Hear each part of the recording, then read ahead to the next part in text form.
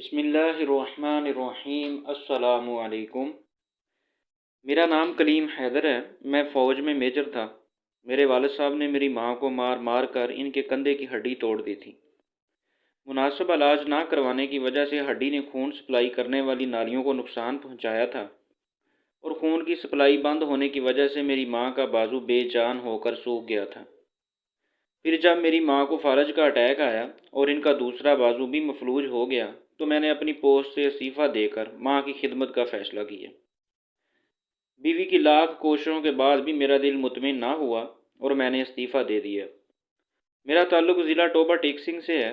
میری ماں کی عمر 13 برس تھی جب میری نانوں کا انتقال ہوا۔ میری نانوں کی وفات کے بعد میرے نانا نے میری ماں کی پرورش کا بیڑا اٹھایا، مگر انہیں جلد ہی یقین ہو گیا کہ وہ یا تو میری ماں کو کما کر کھلا سکتے ہیں یا پھر ان کے محافظ بن کر گھر بیٹھ سکتے ہیں۔ لہٰذا جب میری ماں 16 برس کی عمر کو پہنچی تو میری ماں کا نکاح میرے نانا کے اپنے بھتیجے یعنی میری ماں کے چچا زاد سے یہ سوچتے ہوئے کر دیا گیا کہ گھر کا دیکھا بالا لڑکا ہے، میری بیٹی کو اچھی طرح سمجھتا ہے، میرا بھتیجا بھی ہے، اس لیے خوش رکھے گا۔ مگر یہ بات میرے نانا کی خام خیالی ہی ثابت ہوئی۔ میرے نانا میری ماں کی شادی کے بعد 1.5 برس زندہ رہے۔ ان 1.5 برسوں میں میری ماں 3 بار روٹ کر اپنے باپ کی دہلیز پر آئی۔ ہر بار میرے نانا نے اپنے بھائی میرے دادا کی منت سماجت کر کے میری ماں کو واپس بھجوا دیا۔ 1.5 برس بعد میرے نانا کا انتقال ہوا تو میری ماں بالکل لاوارث ہو گئی۔ میرے ددیال والوں کو کھلی چھٹی مل گئی۔ اب میرے والد محترم کے ساتھ ساتھ میری دادو اور دونوں پھپھیاں بھی میری ماں کو پیٹنے کا کوئی موقع ہاتھ سے نہ جانے دیتی۔ یہاں تک کہ ایک بار میرے والد صاحب نے جمعہ کی نماز کے لیے جانا تھا اور میری ماں طبیعت خرابی کی وجہ سے ان کے کپڑے استری کر کے نہ رکھ پائی، تو اس بات پر انہوں نے میری ماں کو کپڑے دھونے والے ڈنڈے سے مار مار کر ان کے کندھے کی ہڈی توڑ دی۔ کندھے کی ہڈی توڑنے کے بعد کسی ڈاکٹر تک کو دکھانے کی زحمت نہ کی گئی، بلکہ الٹا میری ماں درد سے کراہتی تو اسے اور پیٹا جاتا اور بہانے خور جیسے القابات سے نوازا جاتا، یہاں تک کہ مسلسل حرکت میں رہنے کی وجہ سے ٹوٹی ہوئی ہڈی نے انگلیوں اور بازو کو خون سپلائی کرنے والی نالیوں کو بھی کٹ کر دیا۔ جب خون سپلائی کرنے والی نالیاں کٹ ہو گئیں تو خون کی سپلائی آہستہ آہستہ انگلیوں تک پہنچنا بند ہو گئی اور بازو بے جان ہونا شروع ہو گیا، یہاں تک کہ بازو بے جان ہو کر سوکھ گیا اور ساتھ ہی لٹک کر رہ گیا۔ جب میرے ددیال والوں کو یقین ہو گیا کہ میری ماں بالکل مفلوج ہو چکی ہے تو انہوں نے میری ماں پر بد کردار ہونے کا الزام لگا کر اسے طلاق دلوا کر گھر سے نکلوا دیا۔ جب میری ماں کو طلاق دے کر گھر سے نکالا گیا اس وقت میں اپنی ماں کے پیٹ میں 7 ماہ کا ہو چکا تھا۔ 2 ماہ تک میری ماں کو گاؤں کی دائی نے اپنے گھر پناہ دیے رکھی۔ 2 ماہ بعد جب میری پیدائش ہوئی تو میرے ددیال والوں کو خطرہ پیدا ہو گیا کہیں میں ان کی جائیداد نہ ہتھیا لوں، اس لیے انہوں نے میری ماں کو دائی کے گھر بلکہ گاؤں سے بھی نکلوا دیا۔ گاؤں سے نکالے جانے کے بعد میری ماں کے پاس اور کوئی ٹھکانہ نہیں تھا، اس لیے میری ماں مجھے کپڑے کی ایک گانٹھ میں لپیٹ کر کبھی دانتوں کی مدد سے کبھی کندھے سے لٹکا کر ٹوبہ ٹیک سنگھ شہر پہنچی، اور پہلی رات میری ماں نے مجھے لے کر ایک گوشت والے پھٹے کے نیچے گزاری، اور ساری رات میری ماں مجھے گود میں رکھ کر جاگتی رہی تاکہ کوئی آوارہ کتا مجھے چبا نہ ڈالے۔ وقت گزرتا ہے، پہلے پہل میری ماں فروٹ والی ریڑھیوں کے آس پاس پڑا گندا فروٹ اٹھا کر اپنا پیٹ بھرتی، پھر اللہ تعالیٰ کے بنائے نظام کے ذریعے اس خوراک کو دودھ میں بدل کر میرے لیے خوراک کا بندوبست کرتی۔ جب میری ماں کو بازار میں رہتے کچھ عرصہ گزرا تو مقامی دکاندار میری ماں پر اعتبار کرنے لگے، یوں انہیں دکانوں میں صفائی کا کام مل جاتا۔ دکانوں میں مجھے اٹھا کر اپنے پیچھے جھولی نما کپڑے میں ڈال کر اپنے پیچھے لٹکانے کے بعد صرف ایک ہاتھ سے صفائی کرنا بہت مشکل ہو جاتا، اس لیے میری ماں کچھ پیسے جمع کر کے برش، پالش اور ہتھوڑی، کیل، دھاگا اور سوئے خریدنے کے بعد جوتے سلائی کرنے کا کام شروع کر دیتی ہے۔ میری ماں مجھے گود میں لٹا کر ایک ہاتھ اور منہ کی مدد سے جوتے سلائی کرتی ہے۔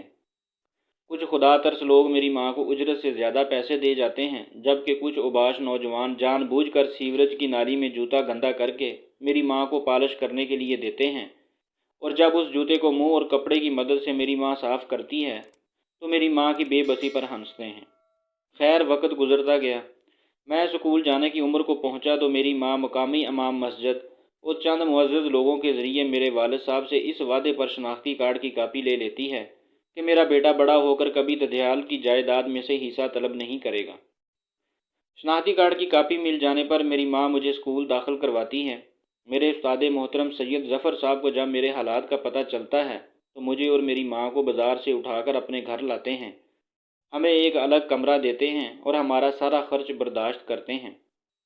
بدلے میں میری ماں سید ظفر شاہ کے انکار کے باوجود ان کے گھر کے کام کاج کا ذمہ اٹھا لیتی ہیں۔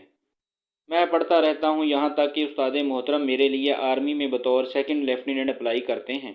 میں سلیکٹ ہو جاتا ہوں اور میرا شمار ٹاپ 10 کیڈٹس میں ہوتا ہے۔ میں کورس مکمل کرتا ہوں اور میری شادی استاد محترم کی بیٹی سے کر دی جاتی ہے۔ جب میں بطور کیپٹن انٹیلیجنس کے ایک مشن پر ہوتا ہوں تو ہارٹ اٹیک سے میرے استاد محترم سسر سید ظفر صاحب انتقال کر جاتے ہیں۔ میں ان کے جنازے میں شامل نہیں ہو سکتا اور مشن مکمل کرنے کے بعد میں پورا ہفتہ پورا دن ان کی قبر پر بیٹھ کر ان کے جنازے کو کندھا نہ دے سکنے پر معذرت کرتا رہتا ہوں۔ جب دل کا غم ہلکا ہوتا تو واپس ڈیوٹی جوائن کرتا ہوں۔ میں اپنے پورے بیچ میں واحد اور منفرد افیسر تھا جو پہلے خود جاسوس بن کر دشمن کا سراغ لگاتا، پھر اپنی ٹیم تیار کر کے دشمن کا کلا کما کرتا۔ میں بلوچستان میں ایک مشن پر تھا جب مجھے پتہ چلا کہ میری ماں کو فالج کا اٹیک آیا ہے۔ میں نے اپنے سینئرز، بیچ میٹس، یہاں تک کہ اپنی شریک حیات کے روکنے کے باوجود فوج سے استعفیٰ دیا اور اپنی ماں کی خدمت میں مصروف ہو گیا۔ مجھے یاد ہے کرنل لطیف اور بریگیڈیئر امتیاز نے مجھے کہا تھا، اس فیصلے کے بعد تم پچھتاؤ گے۔ میری بیگم نے مجھے قسم دی کہ وہ میری ماں کی خدمت میں کوئی کسر نہیں چھوڑے گی، میں اپنے عہدے پر قائم رہوں۔ مگر میرا دل نہیں مانا۔ میرے دل میں کہیں نہ کہیں خلش رہتی تھی کہ میری ماں جو کچھ مجھ سے کہہ سکتی ہے وہ میری بیوی سے نہیں کہہ سکتی۔ لہٰذا میں نے استعفیٰ دے دیا اور خود اپنی ماں کی خدمت کرنے لگا۔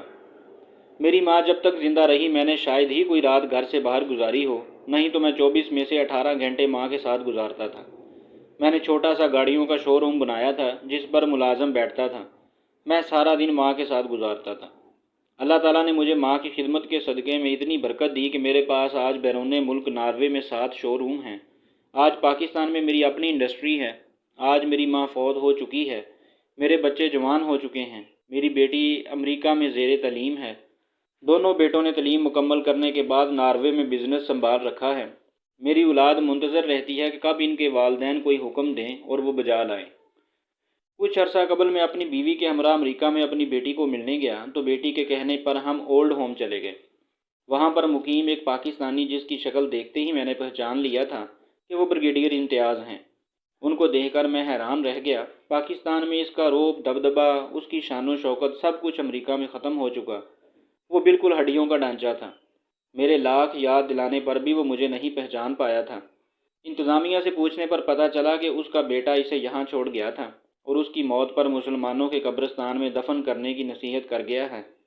اولڈ ہوم سے واپسی پر میں تھک کر اپنی رہائش پر پہنچا تو میری بیٹی اور بیوی نے مجھے دبانا اور میرا مساج کرنا شروع کر دیا۔ میں بنا کسی قسم کی ناگواری کا اظہار کیے پاؤں کی مالش کرتی بیٹی کو دیکھ کر سوچ رہا تھا کہ واقعی ماں باپ سے حسن سلوک ایک ایسا عمل ہے جسے آج آپ لکھیں گے، کل آپ کی اولاد آپ کو پڑھ کر سنائے گی۔ اور بریگیڈیئر امتیاز کی حالت نے میری اس سوچ پر مہر ثابت کر دی تھی۔ اس ویڈیو کو دوسروں تک پہنچائیے، ہو سکتا ہے اللہ تعالیٰ کسی کی زندگی کو آپ کے ذریعے بدل دے۔